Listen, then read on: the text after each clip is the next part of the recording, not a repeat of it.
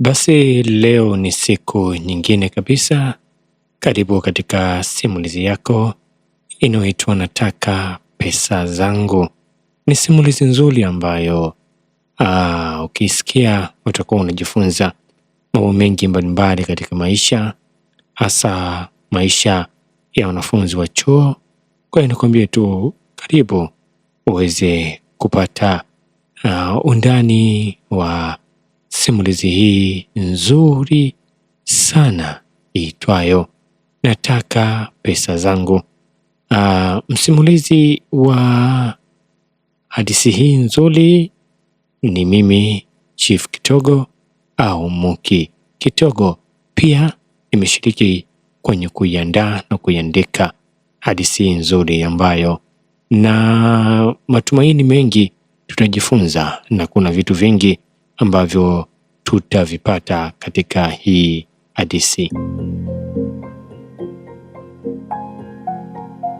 Basi tuanze kusoma sura ya kwanza ya hadithi hii.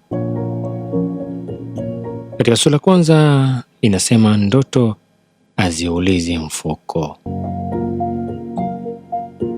Elimu ni ufunguo wa maisha. Huu ulikuwa msemo ulikuwa akiusikiliza tangu akiwa mtoto. Kila mwalimu aliyepita darasani aliurudia. Kila mzazi aliyotamani kuona mtoto wake anafanikiwa aliuamini. Hata yeye aliuamini. Jina lake ni Amani. Amani hakuzaliwa kwenye familia ya kitajiri. Baba yake alifariki akiwa bado mdogo, akimwacha mama akibeba mzigo wa kuwalea watoto peke yake. Maisha hayakuwa rahisi. Kulikuwa na siku walikula mlo mmoja na kulikuwa na siku walilala na njaa. Lakini pamoja na yote hayo, mama yake hakuwahi kumwambia aache shule. Siku moja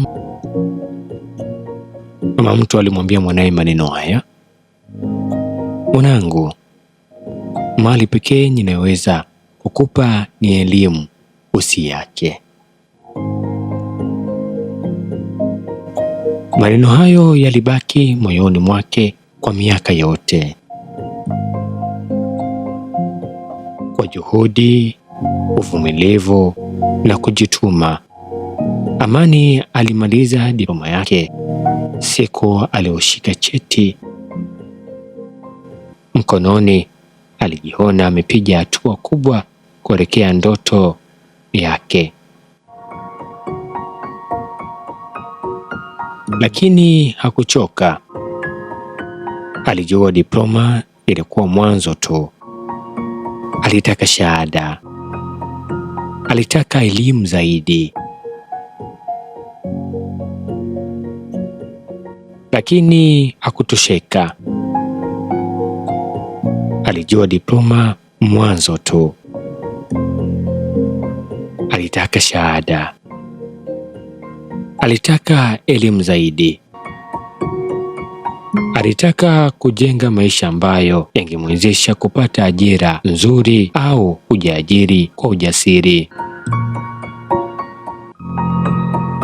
Lakini ndoto hazitoshi. Ndoto zinahitaji fedha.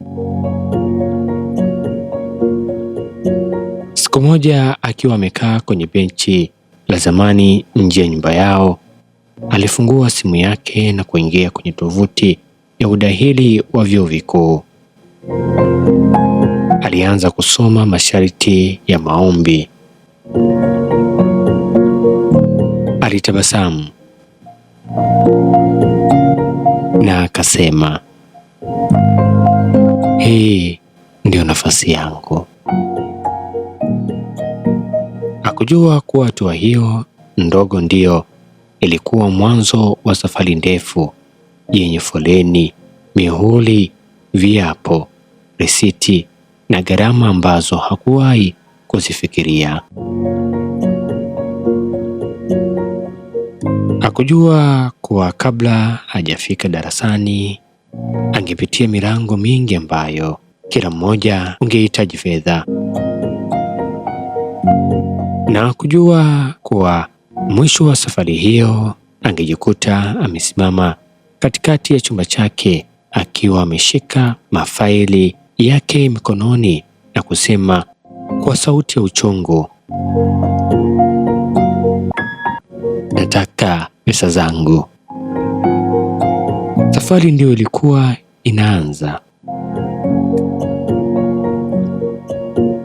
Basi hapo tufikie mwisho wa sura ya kwanza katika stori yako nzuri, nataka pesa zangu. Tukutane wakati na muda mwingine kwa ajili ya mwendelezo wa sura ya pili. Ni mimi Muki Kitogo au Chief Kitogo.